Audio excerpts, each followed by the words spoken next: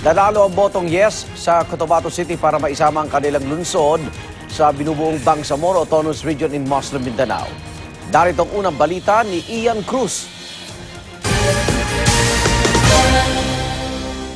Papayag ba kayo na isama ang lungsod ng Cotabato sa reyong autonomo ng Bangsamoro for yes, 36,682, for no, 24,994. So, we will proclaim the winner is yes, garnering 36,682. Umalingaw-ngaw ang sigawan sa loob ng Sheriff Cabunsuan Cultural Center nang ideklara ng COMELEC Cotabato City na yes vote ang nagwagi sa naganap na plebisito.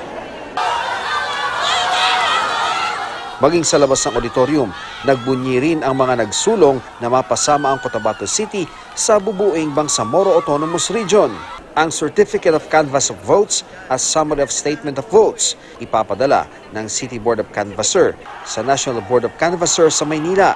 Alas 10 ng gabi nitong Lunes nang masimula ng canvassing ng plebiscite returns. At halos 24 oras ang lumipas bago na anunsyo ang resulta.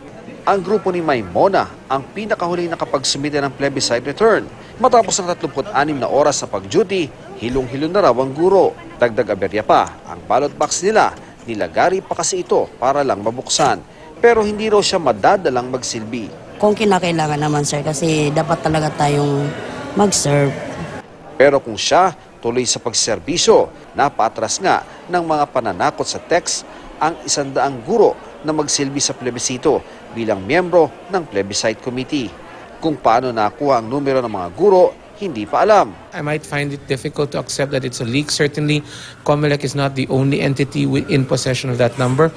Naniniwala rin ang DepEd na hindi na dapat imbestigahan ng mga umatras na guro, lalo't hindi naman sa pilitan ang pagsisilbi nila. Batas na pong nagsasabi na voluntary and kumbaga submission. So pag hindi ka sumipot during that D-Day, siguro that's a manifestation that you are not willing to serve.